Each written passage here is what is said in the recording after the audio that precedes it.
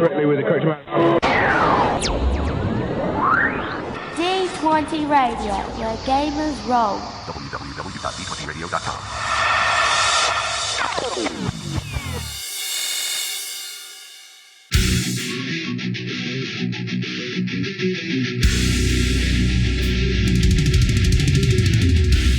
Welcome to Me and Steve Talk RPG, the podcast where me and my friend Steve try and help you get the most out of your role-playing game experience.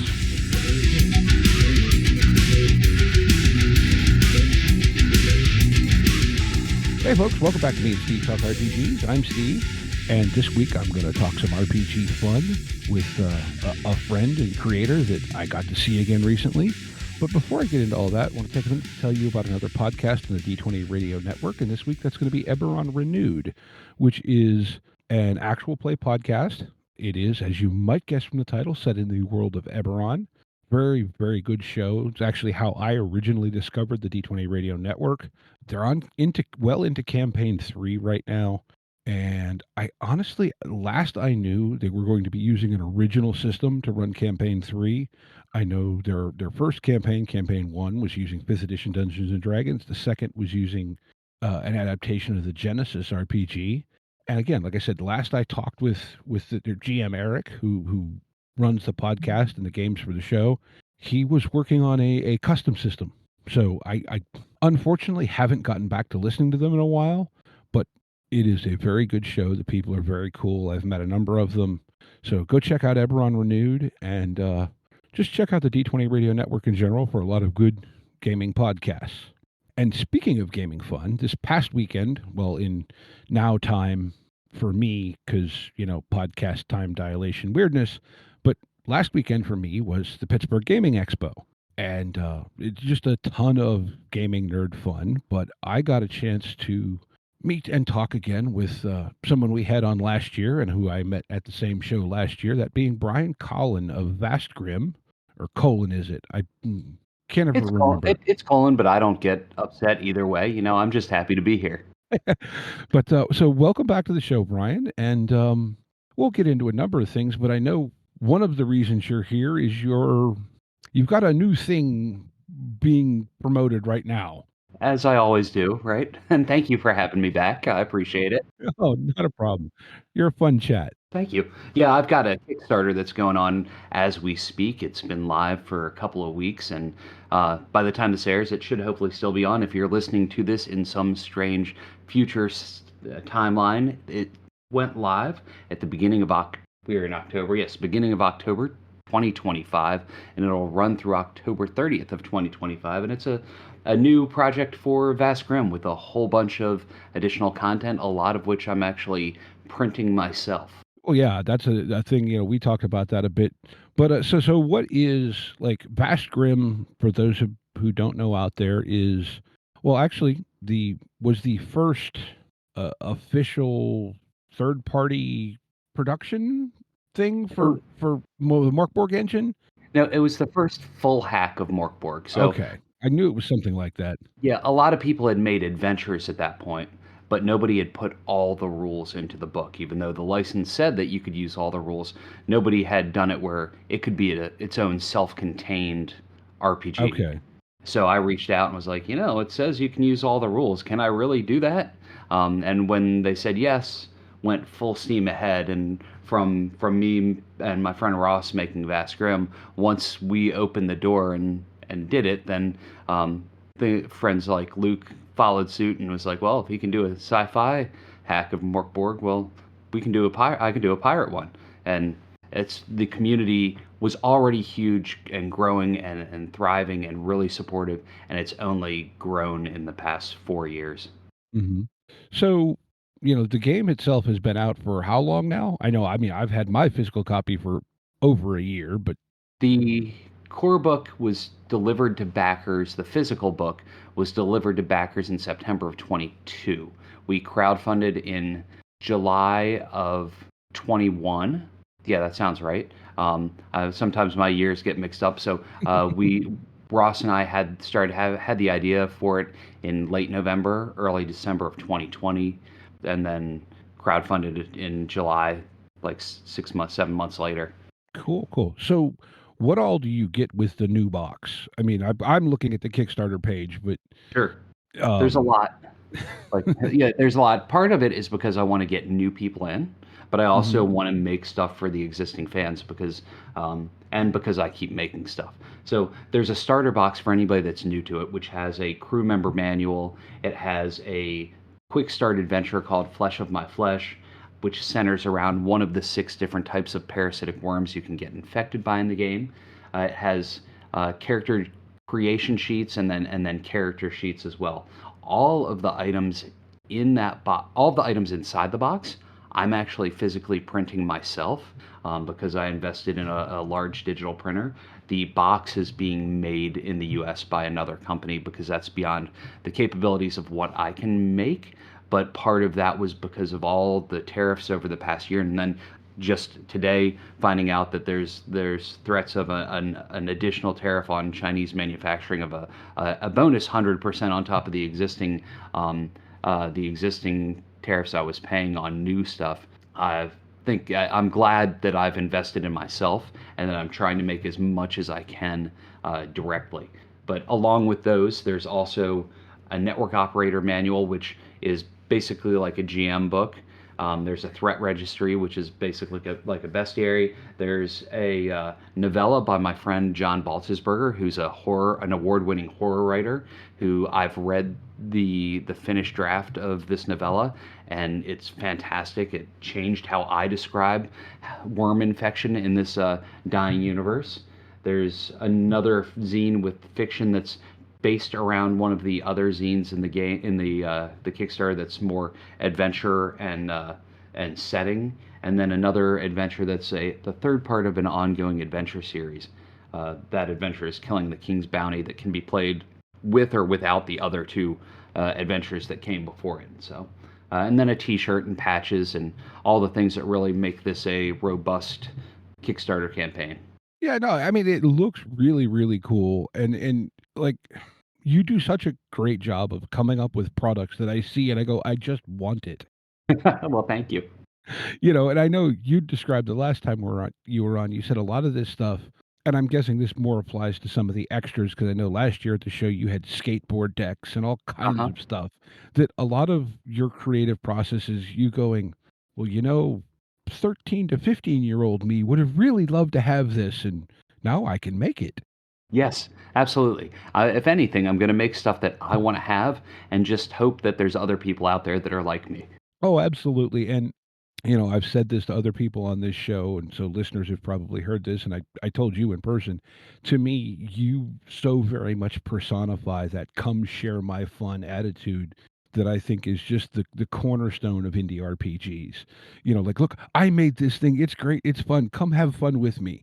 And Thank you. and this world of Vast Grimm that is this, humanity is infected with parasitic worms and the world is ending and it's this weird alien meets Guardians of the Galaxy romp that is just it's fun. Yes, yes. It's horrifying and sad and scary, but it's really fun and gross to play in. Oh yeah, and like I know the adventure you ran that I got to play in last year, so we have this grim gritty escape from a space station. It's being overrun by infected, and we land on this straight out of the 70s shag carpeted spaceship, and it was kind of jarring, but in a good way. And like just the vibe in general of the whole thing is equal parts. Yes, it's horror, but we're gonna have fun with while we're getting screwed. Absolutely. Yes. I want to throw off the tension and the horror by adding all sorts of weirdness and make it my B movie romp as we go through space. And I think that's a thing.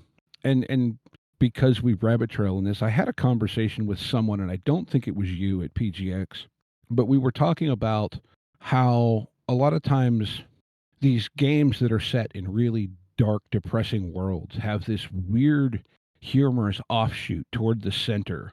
And specifically, indie games tend to do this. And we were kind of talking about, is that maybe part of the reason that those of us who get into a lot of these indie games don't don't prefer a lot of the mainstream, you know, the big dog being D&D, because from a corporate mindset, you're publishing for that middle of the road where we're off to the left with this weird tangent veering toward the middle to make it a little more palatable, but we still have our weirdness over here that, like, I could never see Vast Grimm getting published by a major, corporate publisher because it's too Too weird. edge. Yeah, it's too weird. They would go, but we can't sell 6 million copies of this. And Why are there so many fart jokes in there?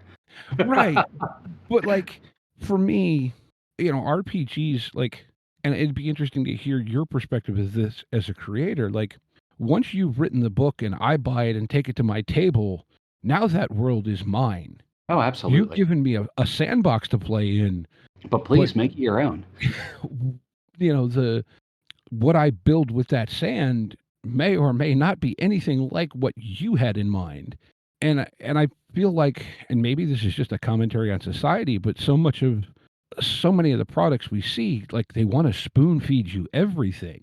And Well, RPGs are kind of the opposite of that. yes, yes, absolutely. Some RPGs, like when you get into things like Adventurers League or certain things like that, I think part of it is that because a company or a brand or an IP gets so big that they want to, it's kind of like the McDonald's effect, where the company wants people to have the exact same experience no matter who they're playing with or what they're playing with. When you go to play with indie RPG games, there usually isn't that sort of mindset with the creator because usually they want a lot first. A lot of indie RPG folks make one thing and then they kind of move on to the next. So, but like with this, I've always wanted people to make it their own because that's part of why the core rulebook is so small and so financially accessible. Like I want people to get this, and then I grew up all I did was homebrew. Like I'd buy a bunch of other books because I always wanted to read and dive in and get inspiration and ideas, but very rarely did I ever run a pre-written module.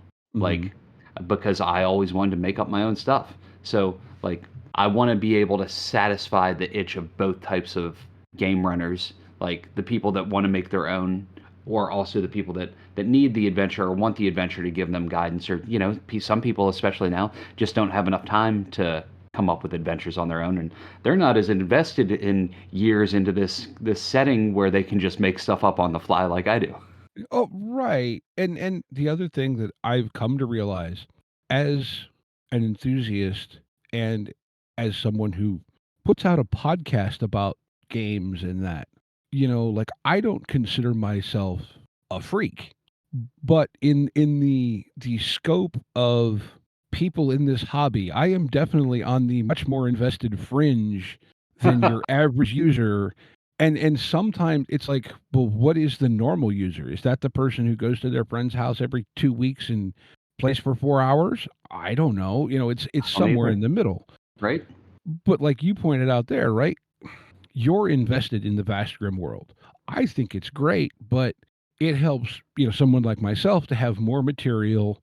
Not that I can't make stuff up, but it provides tonal instruction. Yep. And the one thing, and I don't know if you do this in all your adventures, but the adventure book that I picked up from you at the show, you pointed out that like, and your graphics choices are very identifiable, let's put it that way, but you have specifically colored text within the adventure that is basically writer suggestion for what you were thinking of doing in this scenario, which I Yes. think is really useful. And also the way you've laid it out is very, very easy to see as opposed to it being an appendix in the back of the book. It's just a couple lines right below the thing in a nice bright color. And it's just, it's so useful. And so I've only done it in that adventure and then the Flesh of My Flesh adventure that's in the current Kickstarter. And those were only because I realized that there are like after having this out for a few years and meeting people and talking with people, there have been multiple people that this is the first game that not only that they've actually run for other people. And Hmm. because of that, I wanted to create an adventure that makes it easier and that it doesn't just assume because like when Ross and I first wrote the core book, we just assumed that nobody's going to play this that hasn't played RPGs before.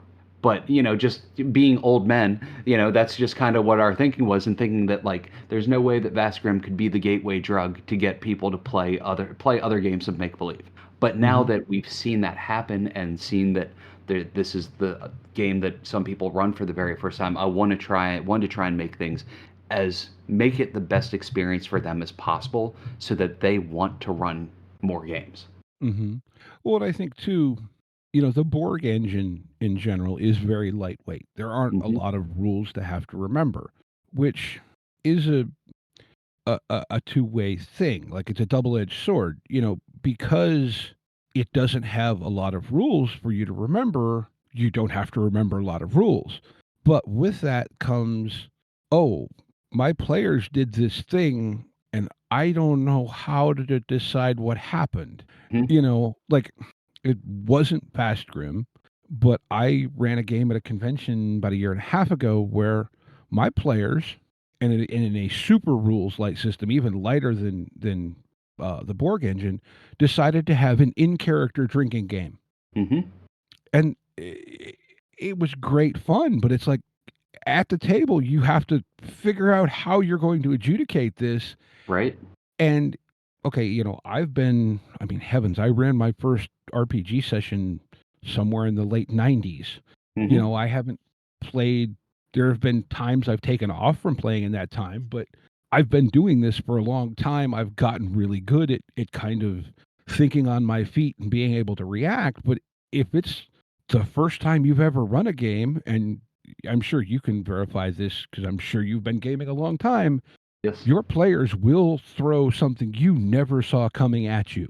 That is Yeah. the one thing you can bank on. Yes, and I mean that's the thing that's what makes me excited about running games. But also, I'm very seasoned at it. So when it's early on in your game running career, that can be crippling. Well, and I think it's anxiety inducing, and a Hmm. lot of people, well, let's just be honest. Running games is a form of public speaking. Hmm. It's not an extremely large audience, but it's also performance. So it's like two things that a lot of people have anxiety over, Sure. all rolled in together. And what you're doing with those things to just provide tools to make that a better experience, I think is a great thing. Thank you. And I've had a lot of GMs pop into the Grim Place Discord and ask questions and like, "Hey, I'm about to run this. What about this or what about that?" And usually, if I'm busy, usually somebody else is jumping in and giving their thoughts because a lot of people have already run the adventures. Or then, oftentimes, depending on what's going on with me, I'm usually fairly quick to respond as well. So even though some of the later adventures don't have those, there's usually people out there that are willing to help and kind of give some guidance if there's ever any questions. Yeah, I was going to say you do have a Discord channel that's quite active. I'm a member, although I'm a quiet member most of the time because I get it. That's how I am in most discords, things, right? Life is life, busy. day job, Yep. home. um, but yeah, so now does this starter box include a copy of the core book, or is it like kind of broken out into the two books you mentioned? It's not because I'm moving to the zine format. The physical hardcover books that have been printed are going to be the all that are left. After that, it's all going to be moving to that zine format Okay. because of everything with manufacturing and moving to the future. Okay. And I know, you and I had a bit of a conversation about this, but you mentioned it a little bit earlier, but you literally have your printing setup in your backyard at this point. Yes. So you, when you say you are printing, you are actually pushing the button on the printer. Yes, absolutely. Yeah, I'm setting up all the files. I'm cutting the paper down to size. I'm sending the file over to print. I'm checking the color, checking the how everything folds and cuts and staples, and making sure everything looks good. And then working down in my print shop while everything's printing, and just double checking everything and making it happen. Well, I think that's cool too. And boy, it's just, like you said, going to a zine format allows you to do that because I know. having talked with other people, depending on your quantity and what you want out of a book, the printing just isn't available economically, at least here in the U.S. for RPG books.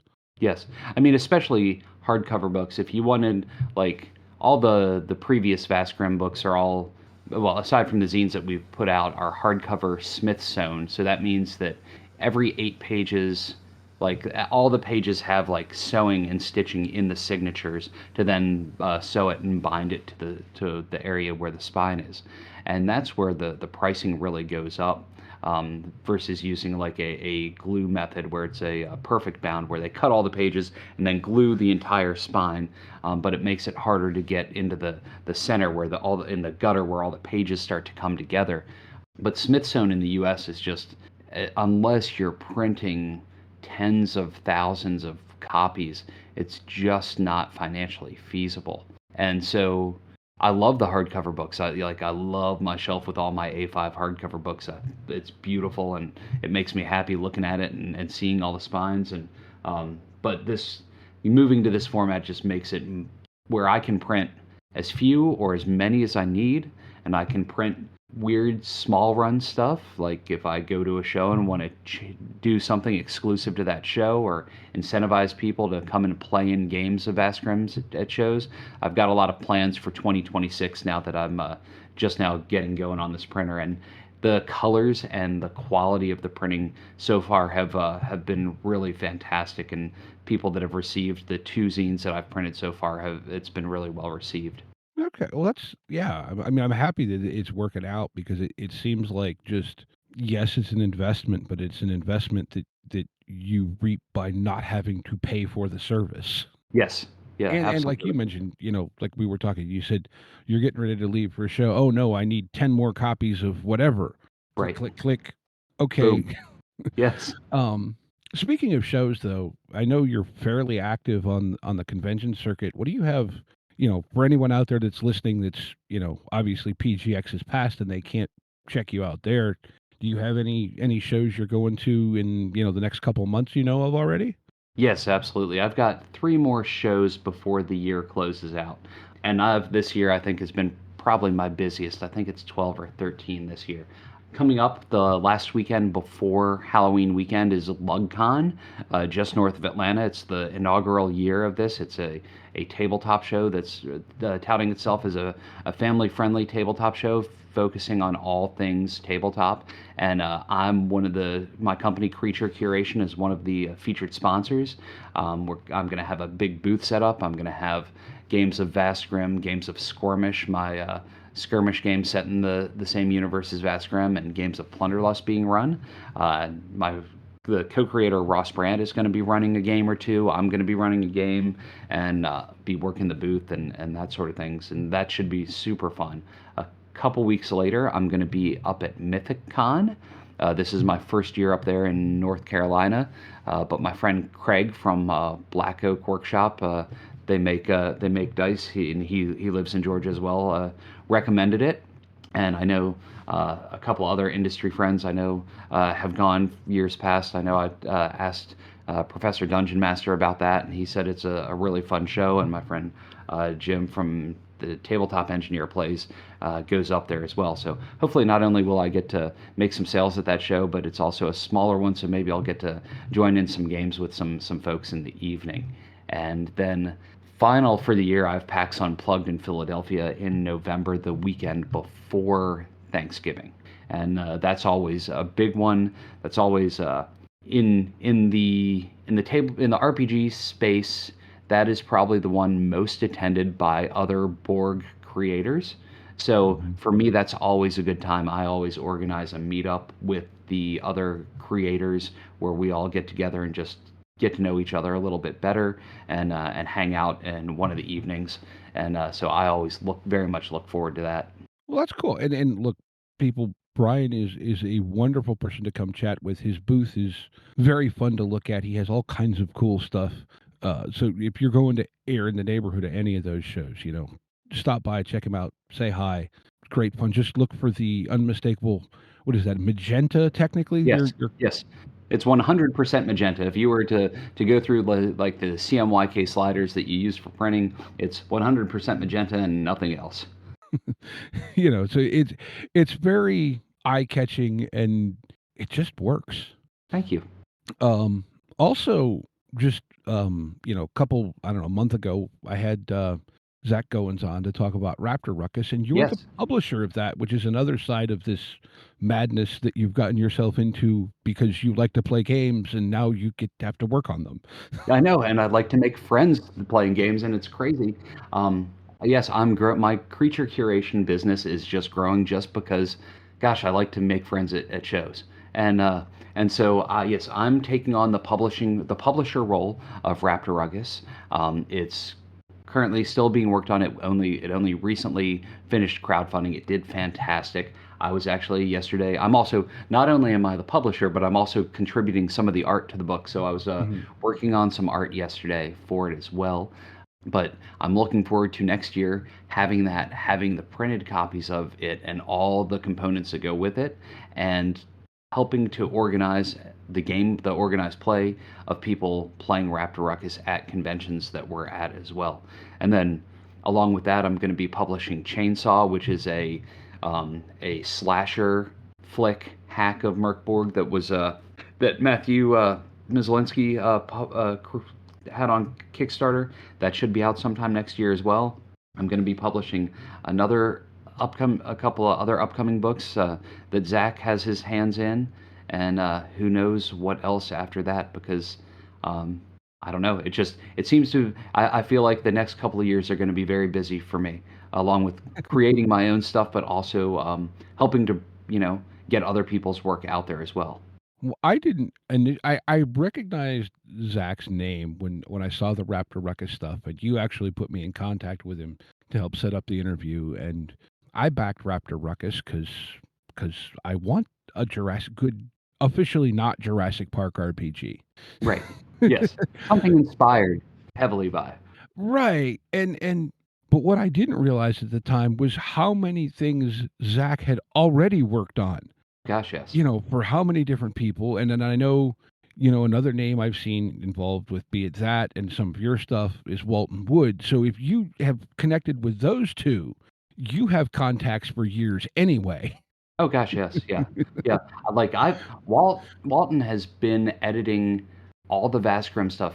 I think just beyond the initial crowdfunding campaign.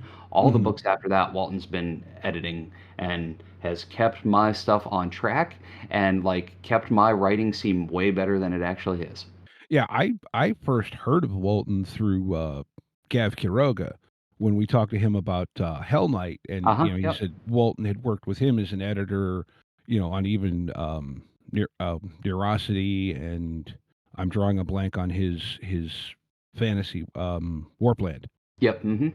But yeah, it's funny the interconnections that as you get a little deeper into the RPG scene, the people that this person worked with this person on that and that and essentially it's like 5 steps of Kevin Bacon, but yes, yeah, absolutely. It's pick 2 random people and you can probably put them together even quicker. Yeah. Most of us, especially those of us that go to conventions, like I've only met Walton at one con, but most of us that do the con circuit, you get to know each other pretty quick because you see a face over and over again, and they're selling similar stuff to you. You become friends. Mm-hmm. Well, I would imagine it's just. Yeah, like I know, we had met all of once, and you saw me coming down the aisle and wave at me at PGX. Right. Now, Yep. Granted, how many overgrown dwarves do you see running around, and my con shirt is a little recognizable, but Yep. But yeah, no, I just, God, Brian, I don't want to buy more stuff, but this box is pretty. Well, thank you. One of the best things about the box, one of the things that I think is the best thing about the actual starter box itself. One, you can buy it without the contents if you just want to put other stuff in it. 2, it's oversized A5, so you can actually fit hardcover books in it. And 3, I'm not printing any of the details on the box itself. So like the starter set details is going to be on a slip, like a piece of paper that gets put on the back and then shrink wrapped to it. So it's just a pretty box all the way around. Like the art's on the front, on the back, and so it's just it could just be a pretty box and not have anything to do with Vast Grimm, except for the logo on the front and the sides. Of But course. aside from that, it could just be a pretty box. Damn it. I'm sorry you didn't do overtime today. You'll make up for it tomorrow so you can spend more. Hey, look, Zach was Raptor Ruckus was me breaking a fairly long streak of okay, I'm not backing anything else because I have too much I haven't played yet. Yes. Yeah, I get that. Oh man. So I mean, you've already mentioned so much stuff that you've got going on.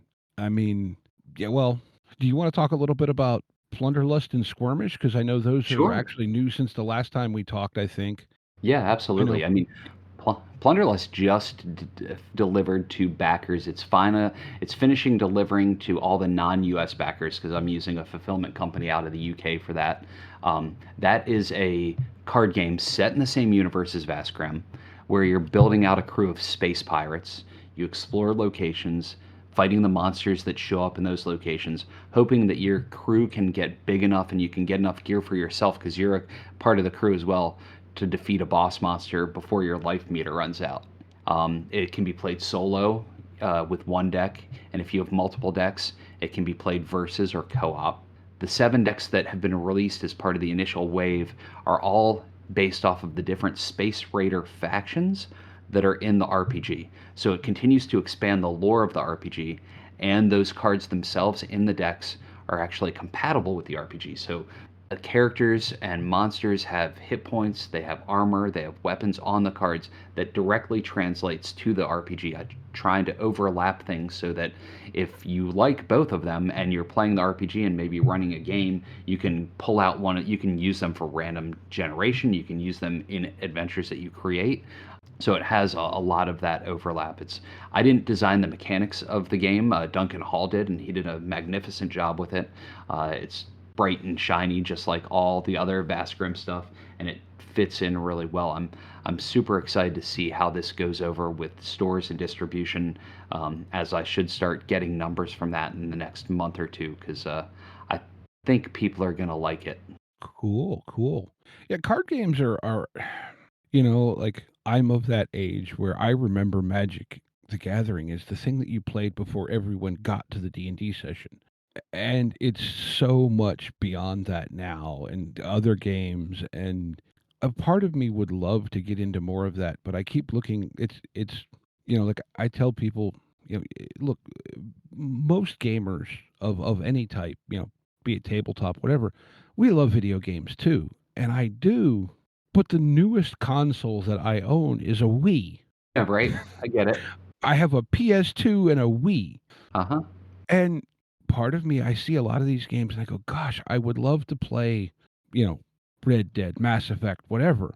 And then I go, how can I justify for myself spending $500 on a new console when I haven't turned the one that I own already? I haven't turned it on in 6 months. Right. Yep. And I've already got how many ways I want to spend free time that I already don't have. Yes. Yeah. No, I know that's a real dilemma, especially like all those video games, the newer ones, look prettier and prettier. Luckily for me, I don't play a lot of video games only because my time is so gone. There seems to be so little of it. But whenever I do, I tend to try and play on one of my kids' handheld devices because I seem to only be able to play retro style games anymore, like things that harken back to Nintendo, original NES or Super NES, things that are a little simpler because my brain just cannot do the more complicated games of the modern era. Oh, trust me, even the PS2 controller for me having the 4 buttons up on, I call it the shoulder of the controller, Yep. like Uh-huh. messes with me Yep. as opposed to just 2. Yeah, totally. Let alone now some of these, there's like 6 buttons there's buttons underneath, there's triggers, there's Yes, and I'm just mashing all of them at one time. right? Right. Well, yeah, combine that with the fact that my hands, like I can engulf most controllers with one hand. Uh-huh. Yep. Oh, you had So also mentioned. Go ahead, Steve. I was going to say also you have Skirmish, which is a mini Yes. skirmish game. Yes, and that should be coming out. We're already October 11th. Next week, I'm going to start printing the booklets on that. Those are something else I'm going to be printing out on my printer. That is a miniature skirmish game set in the same universe as Vast Grimm, where you have basically 5 characters, just kind of slimmed down from what you would normally have in Vast Grimm. You can play solo with one crew. You can play co-op or versus, each person with their own crew, and you can play up to 4 people. It's set around a 2 foot by 2 foot space. The first adventure book has 13 different stories in it that can, they're in like 3 episode arcs, except for the last one, which is 4 sessions. You can play them one at a time, you can play them as arcs, but it's basically you going on specific missions. It's miniature agnostic, although Saul Blair of Malevolent Minis sculpted Vast Grimm minis, and the STL should be available in the next couple of weeks. And I have all the physical minis that he printed right now. He also did all the minis for Neon Lords of the Toxic Wasteland, if you've seen those. So they're beautiful. He's done a fantastic job with that. And you can use any terrain types of things that you have. You can use empty soda cans, whatever, for things. But I have in the books mapped out how the top-down view would look of where different things would be and where you would place different stuff for each scenario. And it's all interconnected with the Vast Grimm stuff. So there's things, everything in that kind of overlaps. So if you like the RPG, it'll be an easy way to get into that. It's based on the Forbidden Psalm rules, which was the hack of Morkborg for a skirmish game. So I hacked that because it only made sense to use a pre-existing skirmish rule set, for Morkborg for my hack of Morkborg. So it all kind of ties in together.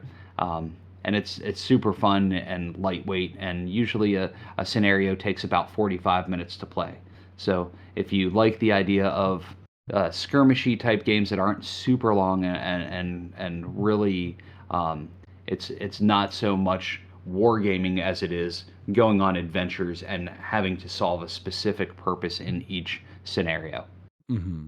No, yeah, I minis are another thing that it's a rabbit hole I've been trying very hard to not fall down. Yes, yes, I get that. Like, and I say that, and I mean that not to in any way, say anything negative about that side of the hobby existing. I think they're fantastic. I would love to have the time to play any number of miniatures games, but I don't. Right. Yeah. And otherwise, it would just be, I would have boxes of minis sitting around in addition to my stacks of books. Yes. Yep. Uh-huh. But for those people, and I like too that you made it, miniature agnostic, because I don't know, it also feels like, just by the nature of Vast Grimm, that for terrain, it would be the perfect game to use old janky sci-fi toys that have been sitting in a box for how hell long? yeah. Yes. Yeah, absolutely. Use whatever you've got. Spend as little money as possible to have fun. And, and then also make it your own. And like, I love the idea of people like cutting toys apart and gluing them back together and making the weird stuff. Yeah, Kit Bash. Yep. Yeah, I know someone else who made a miniatures game, and they did do some sculpts for it, but they have been very open about saying that their whole idea was they want you to kit bash with whatever to build your stuff for this. It's a rule Yep. set much more than, buy all our stuff like some giant unnamed miniatures companies that we know Right. about. I would Actually, that is the Yeah. biggest reason I've never gotten deep into miniatures, is the relationship that even the hardcore fans of that company have towards that company. Yeah, no, that's totally fair. And originally, when I was first, like, I had already started working on Squirmish before I met Saul through Brian Shutter. So I was just going to put it out as a book without minis at all. But when there was then the opportunity to have minis made for Vast Grimm, I was like, yes, please, even if it's just for me. Like, I want to see what someone else, their vision of what Ross and I have written, and see how they interpret that into a 3-dimensional form with very little guidance from me other than what we have in the books. Mm-hmm. No, and I think, to me, that speaks to your spirit as a creator, that you want to see what someone else does with your sandbox. You Yes. know, it's yes, I made a sandbox, but I want to see how other people play with it. I want to Eh, see other cats poop in the sand. But no, like to me that's just that's what makes this RPG community gaming scene great is the people who want to see more fun had. Mm, You know, like yes, you run a business, you do need to make a profit, but it's not about making the most profit, it's about making a profit so you can keep doing the fun things. yes, absolutely. Yeah. All right. So, what else do we have going on? My brain is running on fumes apparently, and I know you took a nap and stayed up late to talk to me. Um, Anything else been on your mind as far as gaming? Actually, I don't know. Did I ever ask you the last time? How did you get into gaming in the first place? You may have, but like I'm old and I my I was at my friend's house. They had asked me to get matches from my house because we had a matchbook collection that we inherited from like one of my grandparents. Like I don't know, they just went to places and collected matchbooks, and my friends wanted me to get some so they could burn some stuff. Um, so I was over at their house in their backyard. We lived in, I grew up in Maryland and we lived in townhouses. So the backyards weren't very big. And there was like a little tiny cement stair, couple of steps and like little cement pad off of the back door. And we were just lighting matches and lighting little things on fire. Nothing big, no major arson or anything. But their older sister saw us doing that and came and like hit us all on the back of the head, stormed off inside and came back out with the red box for D&D, and that was in 4th grade, and I was born in 76, so that was sometime in the early 80s, and it just playing that once. Shortly after that, I convinced my dad to take me to the local toy store to get my own box, and been playing ever since. There have been some breaks in college when I didn't have as many people to play with, and some breaks in a couple of few year breaks early in my professional work life just because there just wasn't time and going through cycles of all sorts of different games. But it's always had a huge underlying impact. I mean, between RPGs and Lego, I think those are the two most influential things on my creativity, and the path and comic books and the paths that I chose that chose me early in life. Yeah, well, I was going to say, knowing, one thing we didn't talk about is part of the thing you do with creature curation is you also do sculpture, I guess is the best way to describe Hmm. it. And that's, having looked on your website and seen some of that, that is very influenced by, we'll call it gaming fantasy. Are you more of a sci-fi guy or fantasy? I mean, obviously Vast Grimm is very much sci-fi, but like as a general rule, much prefer sci-fi to fantasy. Even Hmm. though I'll play fantasy, I own plenty of fantasy games. But um, do you have a particular bend, or is Vastgrim just where your imagination went and you followed that rabbit hole? Well, I did do a fantasy setting before, like the once I was in the tabletop industry, I started out in fantasy, and I think I've always personally gravitated towards more sci-fi things just because I like the weird technology. I like the strange alienness of stuff. I feel that with most fantasy, you usually fall into very specific tropes of everything, and it's harder to break out of that creatively because Hmm. when I was doing sculptures, especially like so I started in the industry as an artist making sculptures, and they were all creatures of my own. Almost all of them were just creatures that I made up, right? Just weird things out of my head. But because people are so in tune with fantasy, I can't tell you the number of times people have been like, oh, look, he makes dragons. And it's like every creature to them, no matter what it was, because it was a big weird head, it was a dragon.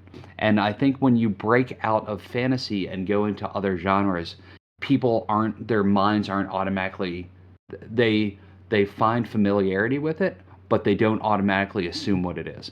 And Hmm. I think that's what I like. I feel like in non-fantasy settings, my mind can go into more other places, and I can create things that it's harder for me to create that in fantasy outside of just straight up creatures and monsters. Mm-hmm. No, that's interesting. Like you said, the whatever what people assume it is. Hmm. That's interesting because yeah, I just I don't know. It's a thing I think about sometimes. So before I forget about it, you have a website, you have all this stuff. You want to give people where to find you on the web, socials, anything like that. You already mentioned the Discord, Sure. anything of that other stuff. Just go to Creature Curation. That's creature and then CURATION.com, and that's you can find almost everything. Track all the things down from there. I'm pretty terrible at being on social media. Mostly, I'm just like pushing stuff out there. The only place I'm really active and actually social is in my Discord. But I tend to be way more conversational there and feel comfortable just chatting in there. Well, I feel you there because I'm very much the same way. I've been trying to make an effort to be a little more active on Blue Sky the last I don't know week or so, just Uh huh. because I probably should, but sometimes social media is tiring. Yes, I am right there with you. Um, all right.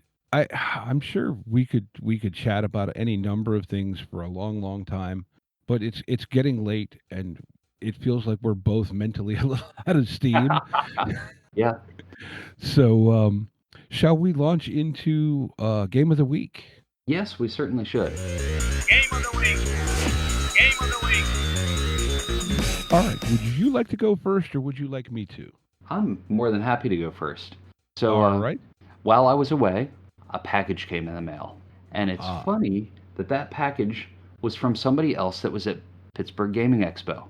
Hmm. And it was the Dragon Town and Darkness Below by JP Couvert. I don't know if you got a chance to talk to JP at the show. I don't think so. Oh, JP is a delight. If you haven't had the chance, look up JP Couvert. He comes from the comic book side, but he's been in the tabletop area for a while. He makes a Ghostbusters hack that's just Okay. zine size. It's the character sheets look like the proton packs. It's super light, super fun. He has a Tunnel Goons hack that's a TMNT hack. He makes zines on how to draw maps, how to draw characters, all that stuff. But Dragontown and the Darkness Below is a system agnostic, system neutral RPG adventure that I haven't Hmm. gotten to start reading yet. But everything about it looks fantastic. Like I just talked about getting away from fantasy, and here I am being like, yeah, I'm super excited about this fantasy book. But it looks great. He's a fantastic illustrator, and the way he writes really is engaging and pulls you in and makes you want to have fun at the table and makes you want to have fun with the other folks playing. Well, let's see it right. That's the thing. Sharing the fun. Yep. All right. Well, that sounds really cool. You said that's called Dragon Town and the Darkness Below. Yes. All right. I will have to look that up. And I'm very sorry I did not run into them at the convention. But Hopefully he'll be back next year. yeah, absolutely. It's always fun to see familiar faces too. Right. So I'm actually also going to select something that I actually picked up a copy of at PGX, that being The Very Good Dogs of Chernobyl from Ninth Level Games. And what this is, it's a little mini RPG. It's what is it, A5 size, soft cover. It's about a quarter of an inch thick.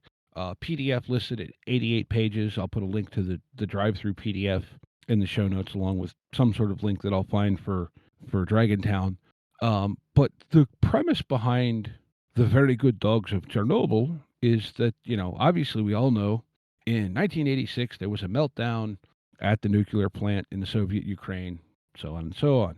Well, everyone had to leave. And actually, if you've ever seen footage of the town of Pripyat, it's amazingly creepy. Just because you can tell, like literally, they went, get on the bus, get out of town. Like there's an amusement park that was set to open like a week after the meltdown happened, and it's just rusting in place. Oof.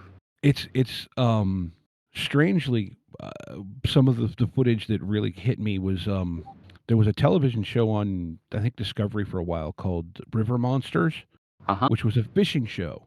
Right. But he actually went into the exclusion zone and fished in some of the canals. But some of the footage they got of just the scene was just very striking.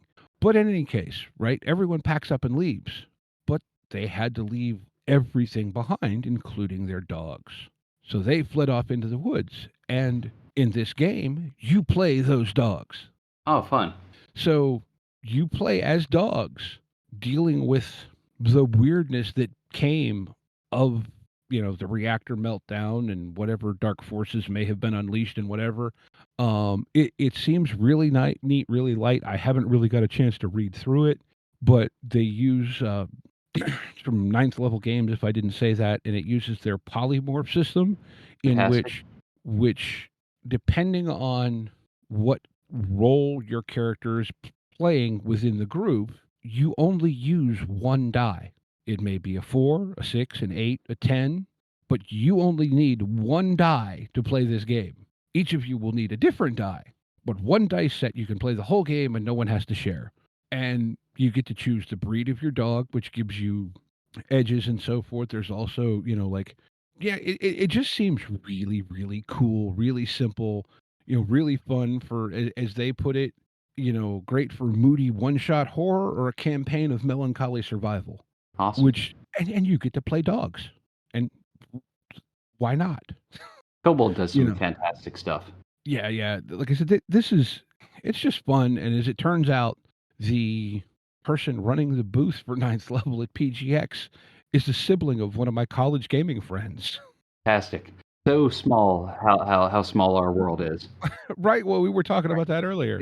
And it was just like, because I'm walking up the aisle, and then I saw the booth, and it kind of rang a couple bells, and then I saw the person. I'm like, yeah, there's a familiarity there. Yep. And it was kind of crazy. So I picked that up.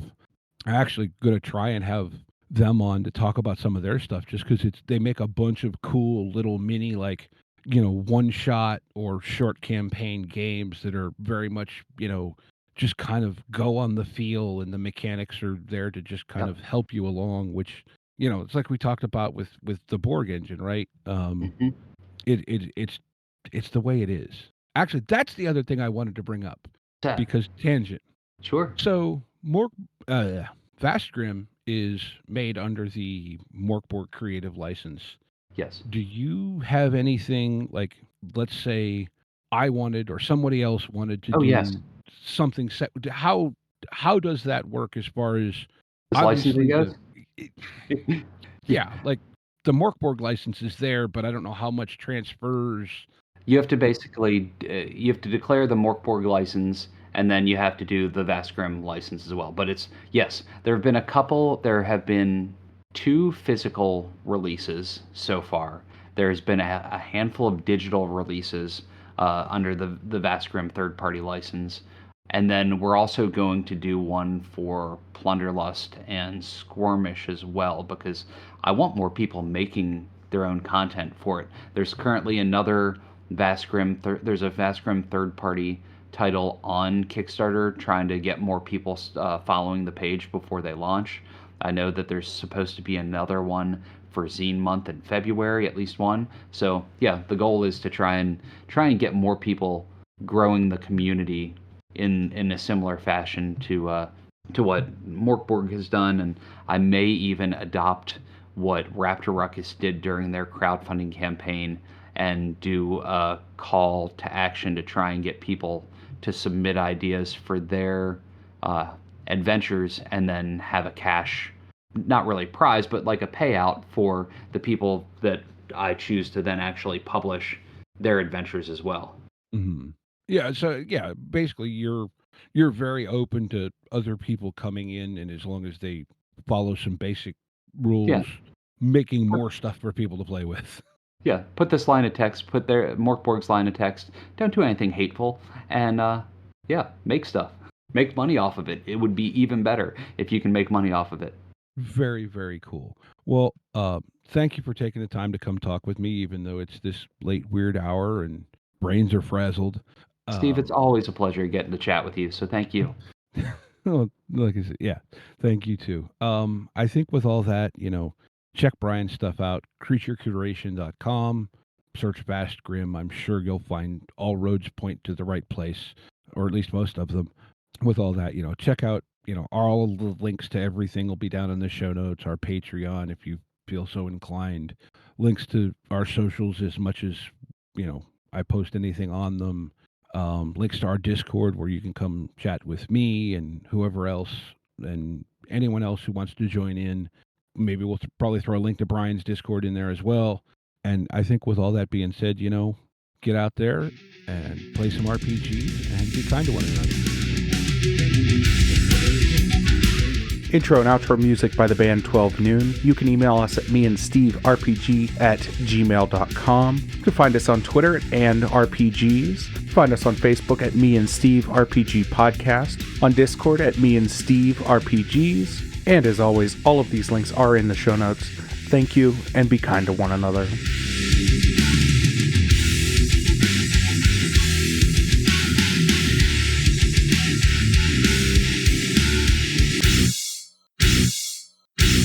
How much for the cigar? Cigar, $20, dog. You gotta go down the street to the store and buy that.